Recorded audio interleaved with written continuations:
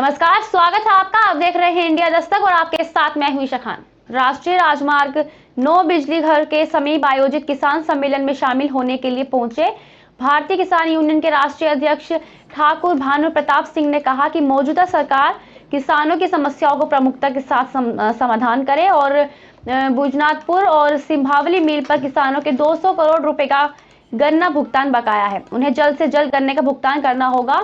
साथ ही कहा कि हमारी कुछ मांगे हैं जिन्हें लेकर हम भाग दौड़ कर रहे हैं और सरकार आगामी लोकसभा चुनाव से पहले अगर किसान आयोग का गठन नहीं करती है तो भारतीय किसान यूनियन आंदोलन के लिए भी तैयार है। किसान आयोग में कोई भी राजनेता शामिल नहीं होगा। तो भारतीय किसान यूनियन भानु जी के नेतृत्व में जो आज सम्मेलन हुआ है और ठाकुर भानु प्रताप सिंह जी यहाँ पर उपस्थित हैं, तो एक ये संदेश देने के लिए आए हैं कि किसानों के साथ अत्याचार नहीं होने दिया जाएगा। चाहे किसी भी प्रकार का कोई मामला होता है, उनकी फसलों का जो उचित मूल्य होगा वो दिया जाएगा। इसी की मांग को लेकर के वो अपनी बात रखने आए हैं।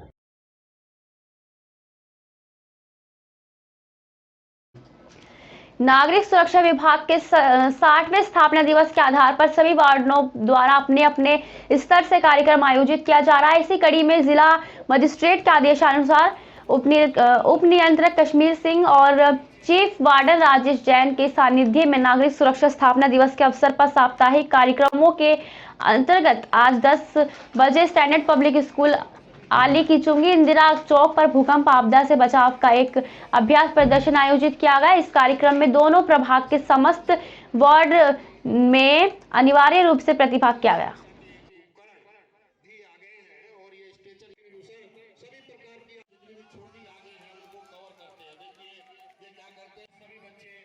सहारनपुर में अज्ञात कारणों के चलते लकड़ी से भरी दुकान में आग लगने को मामला सामने आया है। दुकान में रखा सारा सामान जलकर राख हो गया।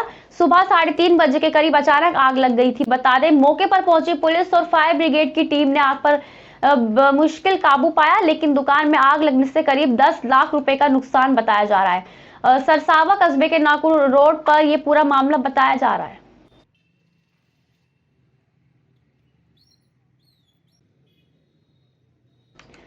संभल में 2 बाइकों की भीषण भिड़ंत हुई। हादसे में 2 लोगों की मौत हो गई, बता दें, जबकि एक बाइक सवार गंभीर रूप से घायल है।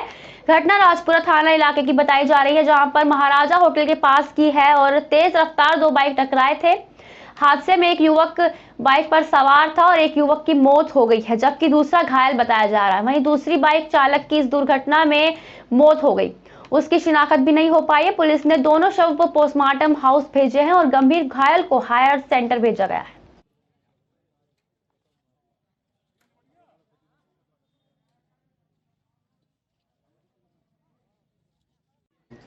सूरत में उत्तर भारतीय सर्व समाज द्वारा श्रीमद् भागवत कथा ज्ञान यज्ञ की शुरुआत हुई। बड़े ही धूमधाम से कलश यात्रा निकाली गई। आपको बता दें कि इस कलश यात्रा में सैकड़ों की संख्या में महिलाएं कलश यात्रा में शामिल हुई। वहीं पर समाज सेवी राजेंद्र भाई शेखावत, भीखू भाई पटेल, विजय पटेल, बड़ेलाल तिवारी सहित बहुत से लोगों ने श्रीमद् भागवत कथा में भाग लेकर भागवत कथा की शुरुआत की।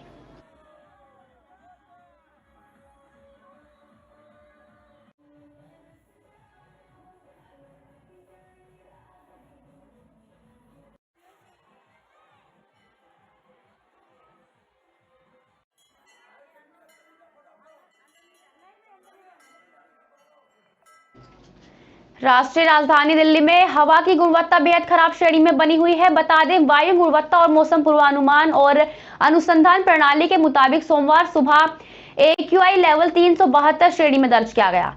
ग्रेडेड रिस्पांस एक्शन प्लान के पहले और दूसरे चरण की सख्ती के बावजूद दिल्ली NCR में प्रदूषण की रोकथाम में खासी सफलता नहीं मिली। दिल्ली के ज्यादातर क्षेत्रों में हवा की गुणवत्ता गंभीर श्रेणी में पहुंचने के कारण शनिवार शाम वायु गुणवत्ता प्रबंधन आयोग की आपात बैठक हुई। इसमें कहा गया कि अभी अगले कई दिनों तक दिल्ली में हवा की गुणवत्ता गंभीर और बेहद गंभीर श्रेणी में रह सकती है।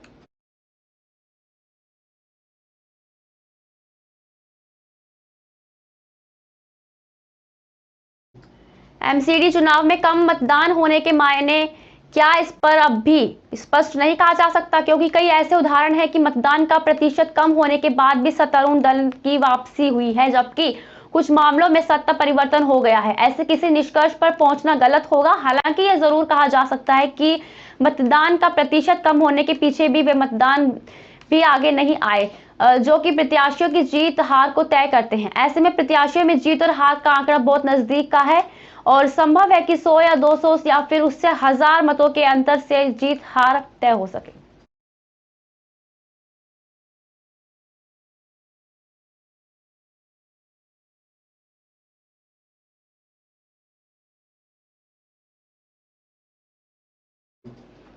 अल्मोड़ा जिले में रामदत्त जोशी संयुक्त चिकित्सालय रामनगर द्वारा मोहान चेक पोस्ट पर निःशुल्क स्वास्थ्य कैंप लगाया गया।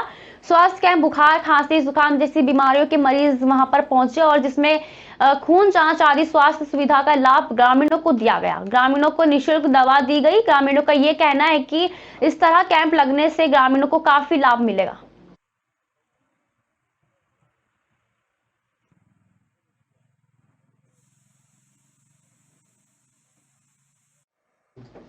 अल्मोड़ा जिले में कैबिनेट मंत्री सतपाल महाराज ने Marchula mahseer fishing camp outer zone of Corbett national park Marchula में चल रहे कार्तिक इंटरनेशनल फिल्म फेस्टिवल के समापन के मौके पर उत्तराखंड के पर्यटन मंत्री सतपाल महाराज ने मुख्य अतिथि के रूप में प्रतिभाग किया। फिल्म निर्माताओं को उत्तराखंड में फिल्में बनाने के लिए प्रोत्साहित किया और साथ ही उन्होंने बताया कि उत्तराखंड देवभूमि है और यहाँ की प्राकृतिक सौंदर्य और यहाँ की खूबसूरती फिल्म निर्माताओं के लिए बहुत अनुकूल है। इस प्रदेश में फिल्म निर्माताओं के लिए अपार संभावनाएं हैं। कार्यक्रम के आयोजक राजेश शाह और शालिनी शाह ने बताया कि वे पिछले 5 सालों से 2017 से इस कार्यक्रम को कर रहे हैं। 2017 और 18 में ये कार्यक्रम कुमाऊं यूनिवर्सिटी नैनीताल में कराया गया था।